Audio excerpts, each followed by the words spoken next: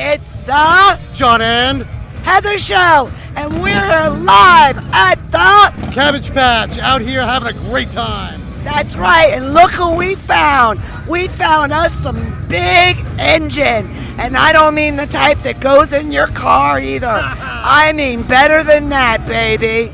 Look at big engine right here. How's it going, everybody? How's it going?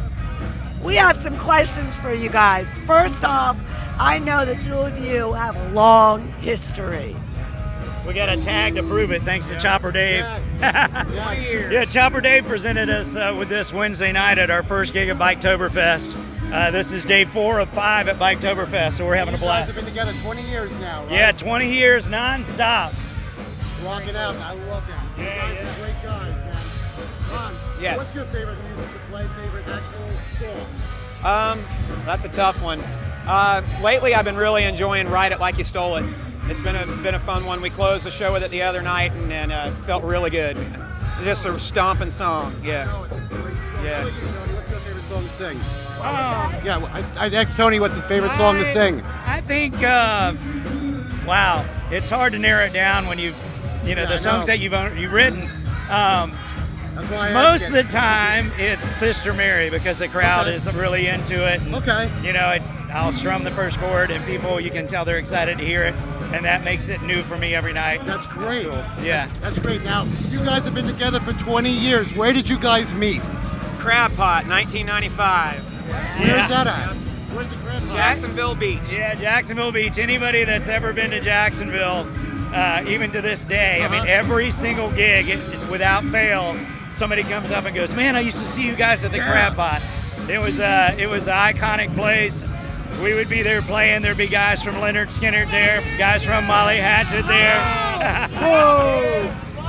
Thank you, man. Thank you. Guys from 38 Special, guys from Blackfoot.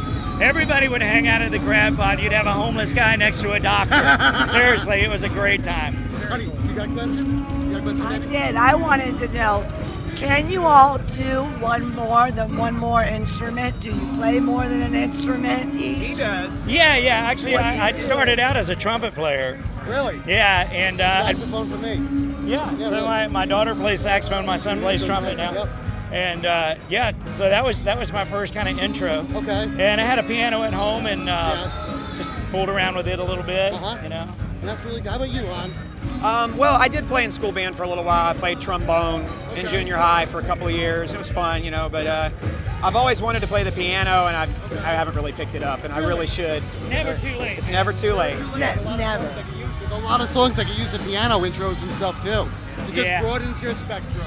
Yeah, absolutely. Does. Yeah. So I would say maybe your parents were an influence for you, or no? Who was an influence? Well, you know, my parents were an influence not as musicians, but just introducing me to music. Okay. There was always music in the house, and they had some really cool records, you know. My sisters were older than me, and they were really into music, and so I kind of learned from their records. You know, they'd have everything from the Beatles to, you know, Emerson, Lake and Palmer to Dr. Hook, you know, to Rod Stewart, you know, and so listening to that old stuff. Well, that rock and roll influence. Yeah, very rock and roll influence. And then my parents, they were more into the jazz side of things, you know. And that's why I started out on trumpet. They had every Herb Alpert and the Tijuana Brass record, you know.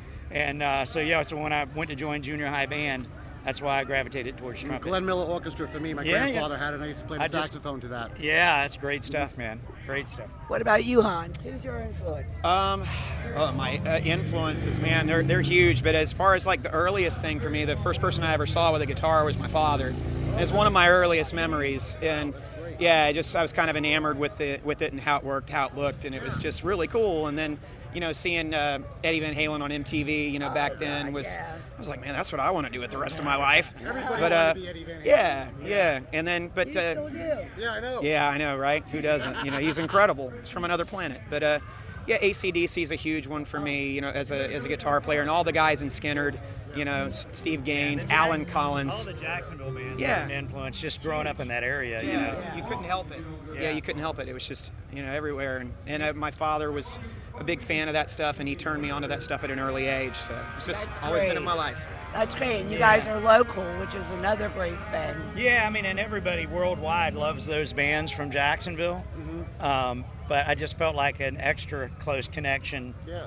Walking the That's your same, hometown. walking the same streets, and it was really neat because growing up listening to those bands and buying the records and cassettes and all that stuff, and then getting to meet them as we got older and became musicians ourselves, and actually getting to have them join us on stage, and that really special. And even play together in side projects and things like that, you know, is huge. You know? I remember watching you guys good. years and years ago, and now you guys are huge. Opening up for Molly Hatchet. Yeah. Just did that a couple days ago. We got Big shows one coming up. What Yeah. other shows do you have coming up? Well, we were just up in Ocean City, Maryland, and we did one night. It was us at 2 o'clock, Cheap Trick at 4 o'clock, and ZZ Top at 6. Wow. That was freaking amazing, obviously. The next night was Stone Temple Pilots, Rival Sons, and us. Did you meet Billy Gibbons? No, they were... Billy Gibbons is great. God, I love that they man. seemed really cool. I mean, we were, there, but they were, it was... They were ready to get on stage and all that. I know how it goes. It's But time man, schedule. what a cool band. Oh, God, yes. They've been rocking with 50 years. Yeah. Yeah. And Just a great, that's like you guys. 50 years of Big Engine soon. Just think about that.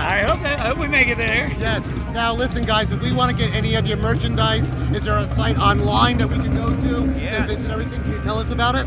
Oh yeah, BigEngine.com. It doesn't get any easier than that. BigEngine.com. And you check us out on Facebook and Instagram and YouTube. We got our own YouTube channel. Yeah, we got a brand new video on YouTube as well. And more coming. Okay. One more time And- since the motorcycle left. Oh, well, Yeah. well, what he was saying since that motorcycle came by, since we are in the Cabbage Patch, was you could just go to YouTube and just put in Big Engine. Simple as that, and you can find these great gentlemen on there. You can buy their swag, buy their merchandise, and you can find out where they're going to be performing next. And then again, we're here live with Big Engine at the Cabbage Patch, and this is just a great event for everybody. Peace out. Everybody, Big Engine. We got Big 2 Engine. shows coming up with 38 Special in Oh a my couple God. weeks. November 7th, Macon, Georgia. November 8th, Albany, Georgia. Come out and see us. Be there. Yeah, be there. Again, Right. this Yeah, this is rock John on. from the John and Heather Show here at Big Engine, and my lovely Heather, and we're going to say shiny side up. Rubber side down. Like and subscribe and support your local live music. Thank guys. you.